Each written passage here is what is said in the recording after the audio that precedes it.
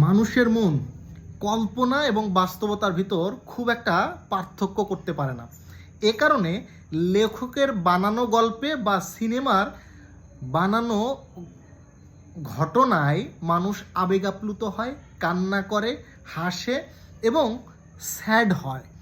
এই যে যে ব্রেন বুঝতে পারে না যে কোনটা রিয়েল কোনটা ফেক, এটা তার একটা প্রমাণ। আর এইটাকে সামনে রেখে আমাদের ডুয়েটের কেমিস্ট্রি টিচার নুরুল হক স্যার বলেছিলেন যে তোমরা যতক্ষণ পর্যন্ত কোনো কিছু পারো না ততক্ষণ পর্যন্ত পারার অভিনয় করো, যখন পারো অভিনয়টা ছেড়ে দাও। তিনি এইভাবে বলেছিলেন, fake it till you make it. যতক্ষণ পর্যন্ত পারো না ততক্ষণ পর্যন্ত পারার অভিনয় করো। একইভাবে তুমি যত সময় পর্যন্ত সফল না, ব্রেন যেহেতু রিয়েল থিং বুঝতে পারে না, এ কারণে তুমি ব্রেনের কাছে এই মেসেজ পাঠাও, আমি সফল, আমি সফল, আমি সফল হতে যাচ্ছি, খুব দ্রুত সফল হব। এভাবে তুমি যখন পজিটিভ মেসেজ তোমার ব্রেনে এগেইন অ্যান্ড এগেইন পাঠাইতে থাকবে, একটা সময় তোমার মন বিশ্বাস করতে শুরু করবে যে আমি সফল। তখন তুমি সফলতার জন্য যাবতীয় অ্যাক্টিভিটিস তোমার ভিতর অটোমেটিক তৈরি হবে। তোমার শরীর, তোমার মন, এমনকি আল্লাহ সুবহানাহু ওয়া তাআলাও তোমার মনের ভিতর যখন বিশ্বাসটা তৈরি হয়ে গেছে, ওই বিশ্বাসের পক্ষে সফলতা এনে দিবেন ইনশাল্লাহ। সো স্যারের কথা মতোই fake it till you make it. যত সময় পর্যন্ত পারো না তত সময় পারার অভিনয় করো।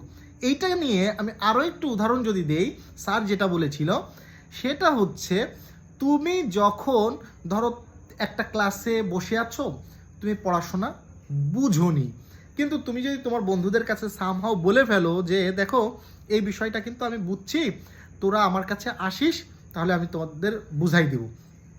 এখন কোনো কারণে যদি বন্ধুরা বলে ঠিক আছে আমি সন্ধ্যার পরে আসব, আর এই যে যে তুমি বুঝো নাই কিন্তু বলেছো বুঝেছি, এই অবস্থায় তুমি কি করবে?